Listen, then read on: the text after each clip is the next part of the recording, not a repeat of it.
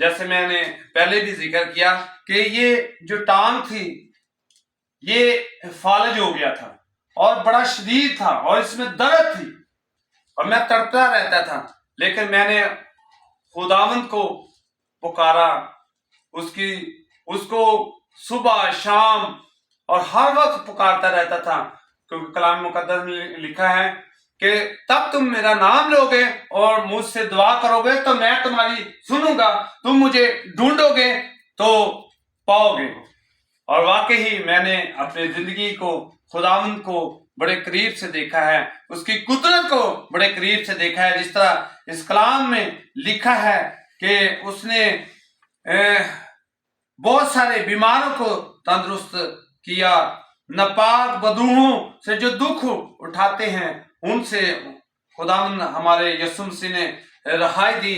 اور خداوند یسوع مسیح جو ہے وہ محبت کا ایک ایسا سرچشمہ ہے اور ایسی محبت ہے جو ختم ہی نہیں ہوتی، وہ شروع سے لے کر اب تک اس کا خوبصورت کلام ہے کہ میں دنیا کے آخر تک تمہارے ساتھ ہوں۔ وہ ہر روز ہمارے درمیان بڑے بڑے کام کرتا ہے، اور ہمارا ایمان ہے اس گھرانے کے لیے بھی کہ خداوند اس گھرانے کو بھی اپنی گواہی کے لیے استعمال کرے گا، اور اس کے ان گھرانے میں جو سب سے بڑی پرابلم جو بنی ہوئی ہے وہ اپنے خداوند جو ہے ہمارا آسمانی باپ، وہ اپنے بیٹے ہمارے خداوند یسوع مسیح کے نام سے اس بیماری کو ختم کرے گا، کیونکہ وہ وعدوں کا سچا خدا ہے۔ اور اسی لیے ہم فخر کرتے ہیں، ہم دلیری سے اس کی پرستش کرتے ہیں، کیونکہ وہ ہمارے درمیان موجود ہوتا ہے، اس وقت بھی وہ موجود ہے اور ہماری دعاؤں پر اس نے کان لگایا ہے اور ہماری دعاؤں کا وہ جواب دے گا، اور ہم ایک بڑی گواہی اس گھر سے سنیں گے۔ ہاللیلویہ، آمین آمین۔ کیونکہ ہمارا خدا زندہ خدا ہے، اور وہ آسمان کی کلام مقدس میں لکھا ہے کہ مکاشفہ کی کتاب اس کی 19 باب اس کے 11 سے 15 آیت میں لکھا ہے کہ آسمان کی جو فوجیں ہیں سفید گھوڑوں اور سفید اور مہین کتانی کپڑے پہنے ہوئے اس کے پیچھے پیچھے چلتی ہے۔ آسمان کی جو فوجیں ہیں، فرشتے ہیں، وہ اس کی حمد و ثنا کرتے ہیں۔ اگر ہم 148 زبور میں دیکھتے ہیں تو وہاں پر بھی ہم خداوند کی حمد و ثنا دیکھتے ہیں کہ اس کے فرشتے اس کی حمد و ثنا کرتے ہیں اور اس کے لشکر اس کی حمد و ثنا کرتے ہیں۔ یہ پوری کائنات کی جو ہر چیز اس کی محتاج ہے۔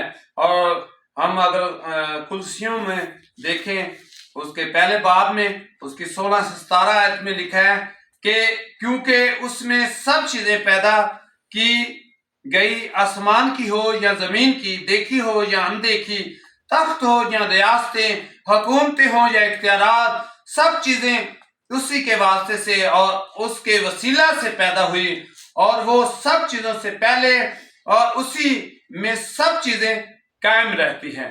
ہمارے خداوند یسوع مسیح میں قائم رہتی ہے، کیونکہ الوہیت کی ساری مموری اس میں مجسم ہو کر سکونت کرتی ہے۔ ہمارا خداوند زندہ ہے اور وہ ہمیشہ اپنے لوگوں کی دعاؤں پر کام لگاتا ہے۔ ہم اس کلام کے لیے شکرگزار ہیں کہ خدا نے آج کے کلام کے وسیلہ سے ہمیں تسلی بخشی۔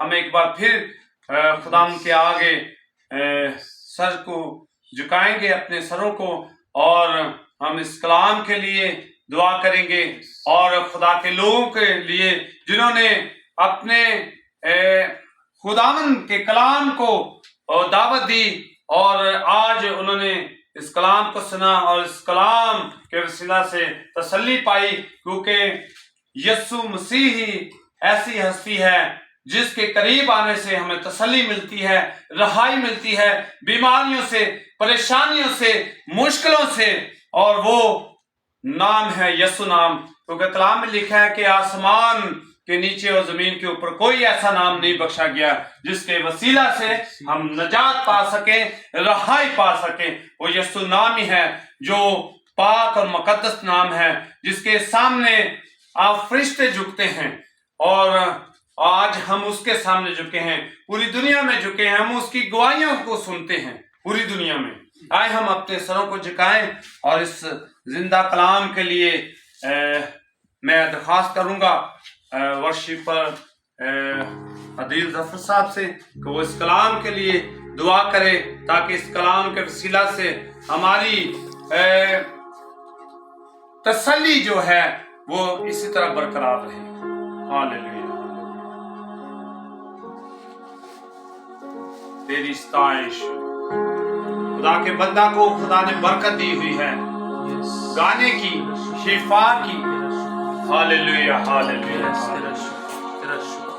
ربی ربا شیب تیری ستائش۔ او یس باپ تیرا شکر، ہمارے دل قرآن تیری شکر گزاری سے بھرے ہوئے۔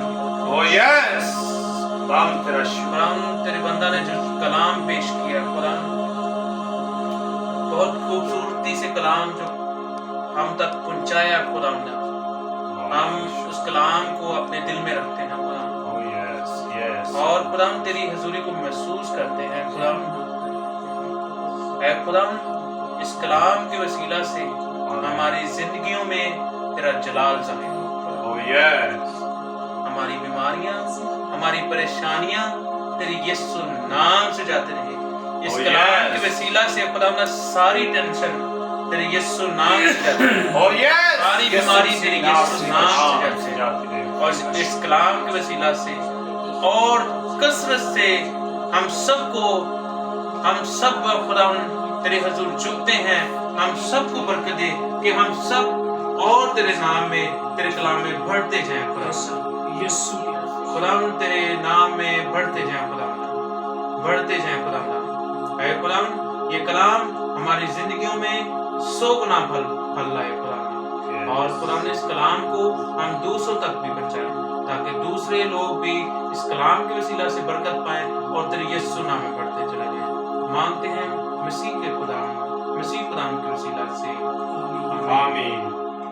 ہم خدا کی سکھائی ہوئی دعا میں شامل ہوں گے۔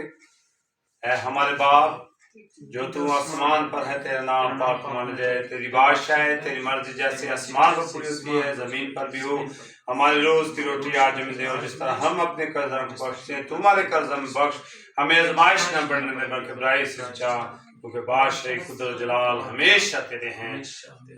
اب یسوع مسیح کا فضل، خدا باپ کی محبت اور پاک روح کی رفاقت اور شراکت اس گھرانے کے ساتھ اور زمین پر تمام مقدسین کے ساتھ ہوتی رہے۔